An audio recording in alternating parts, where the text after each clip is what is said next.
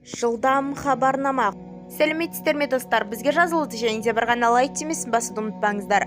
Бұл туралы Қазақстан Республикасы ИММ әкімшілік полиция комитеті басқармасы бастығының міндетті атқарушысы Азамат Құрымбаев министрліктің апталық брифингінде айтты деп хабарлайды Қазақпарат.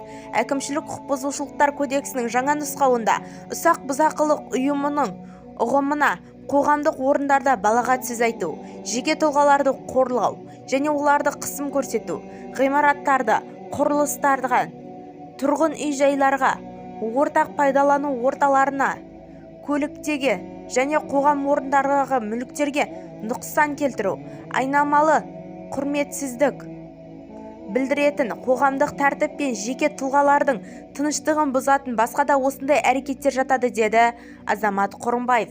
Спикерлердің айтуынша, қазір сот ұсақ бұзақылық жасағаны үшін 5 АЕК-ден мөлшерін айыппұлдың салатын және 15 тәулікке дейін қамауға берілетін еді. Ал жаңа редакцияда айыппұл 20 АЕК 69 теңгені құрайды. Қамауға алу 5 күннен 30 күнге дейін ұзайтылды. Аталған түзелулерде алғаш ресми жарияланған, кейін 60 күн өткенде қолданысқа енгізіледі, деді Азамат Құрымбаев.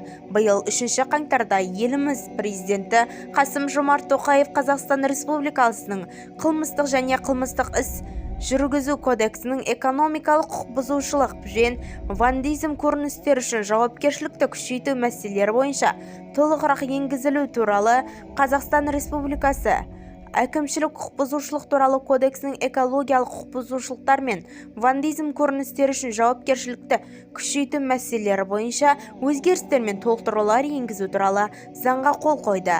Бізді тамашалауды жалғастырыңыз және достарыңызға бөлісуді ұмытпаңыздар.